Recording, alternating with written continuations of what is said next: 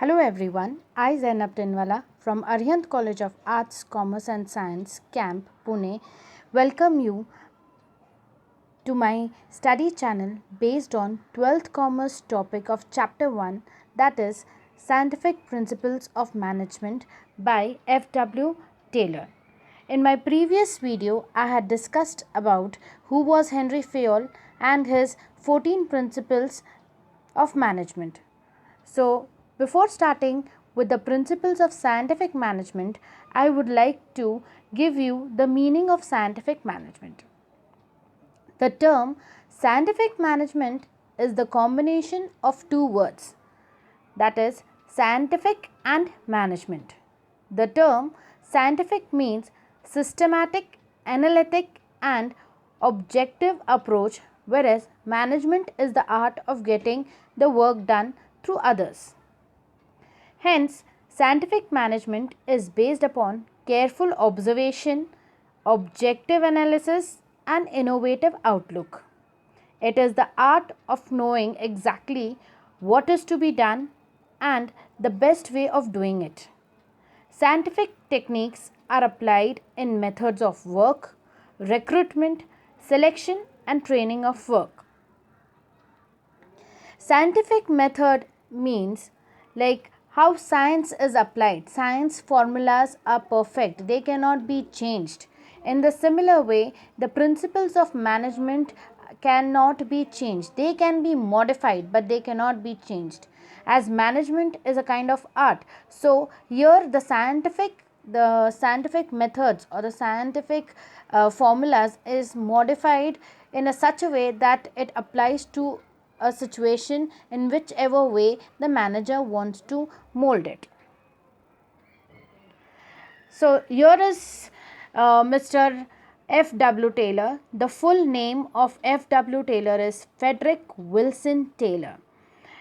F.W. Taylor was originally an American who started his career as a machinist in medieval steel work, Philadelphia, and gradually, through his hard work and progress, rose to the position of chief mechanical engineer who sought to improve industrial efficiency. So, Frederick was born in the year 1856, and at the year 1870 he started working as a small employee, and gradually he raised to the position of an engineer in the medieval steel work. He died in the year 1915, but during his period of work he did many observations and made a scientific research. So, from his observation and experiments based on scientific data, he came to an approach of a management which is termed as scientific management. For this contribution and development of management thought, he is well known as father of scientific management.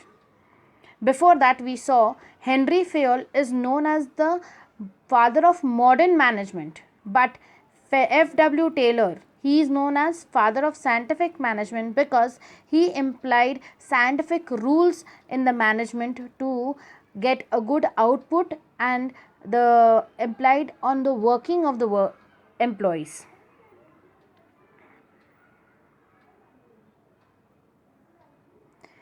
Taylor's management theory is based on scientific experiments. Like how in science we perform various experiments, in the similar way, Taylor performed various experiments when he was the supervisor in that company. So, in this theory involves the application of scientific approach to the decision making and solving them at the same time.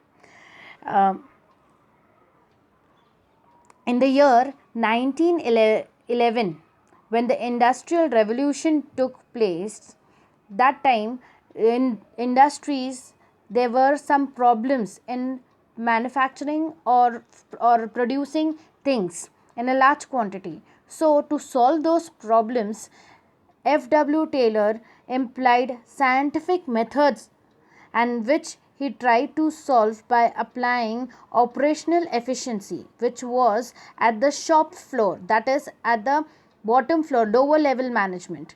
And at the lower level management, he worked on a micro level projects, like small projects to solve small problems which came across in the organization.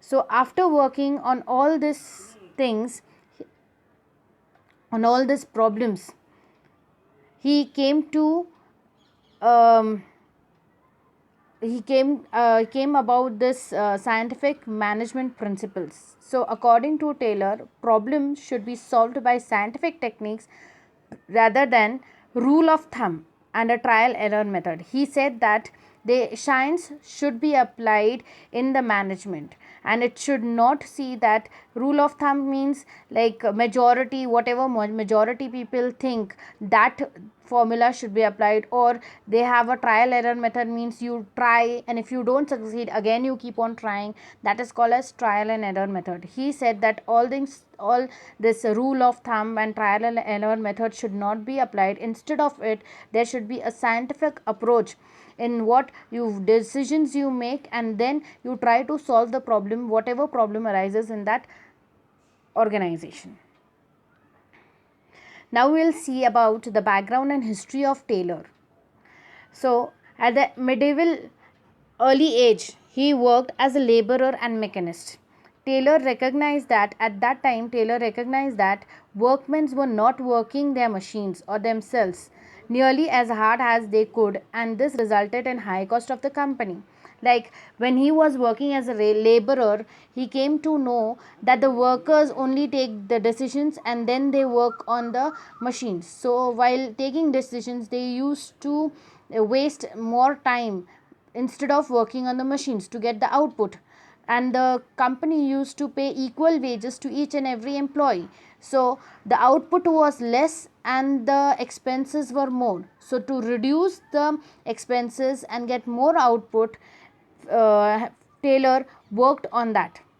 When he became a foreman, he expected more output from the worker. In order to determine how much work should probably be expected, he began to study and analyze the productivity of both the men and the machines. So, when he was promoted to be a supervisor, here foreman means supervisor. When he became the supervisor, he did a proper study of how much a person has the ability to work and what is the capacity of the machine to produce a particular product. So he worked on both the things, and then he came to an idea what will be the exact output when a person works.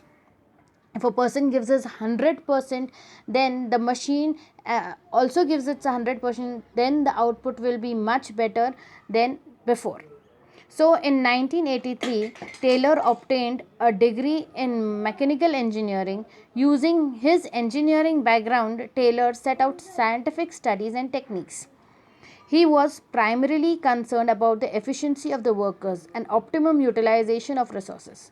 Now, as we saw that when he was a supervisor and he worked on the study of how much output a man can give and how much output a machine can give, he also thought about the workers' efficiency and how optimum utilization of resources with minimum resources, how much maximum output they can get when the workers work efficiently in the organization. So Taylor's principles and techniques were based on observations which he conducted in the factory.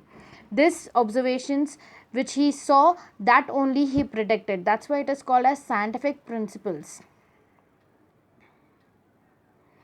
The definition about scientific principle which F.W. Taylor gave is: scientific management consists of knowing what, that is management, want men to do exactly and see it that they do it in the best and the cheapest manner. This means that the manager has to get the work done from the workers and see to it that whatever the expectations are there, the workers work according to the expectations of the management and get the results done in the cheapest manner with less input, more output. Here are the principles of scientific management. F. W. Taylor has stated 6 principles of scientific management. The first principle is science, not rule of thumb. Second, harmony, not discord. Third is mental revolution. Fourth, cooperation, not individualism. Fifth, division of responsibility. Sixth is development of employer and employee for greater efficiency and maximum prosperity. This all principles will be discussed in the next video. Be connected, like and subscribe. Thank you.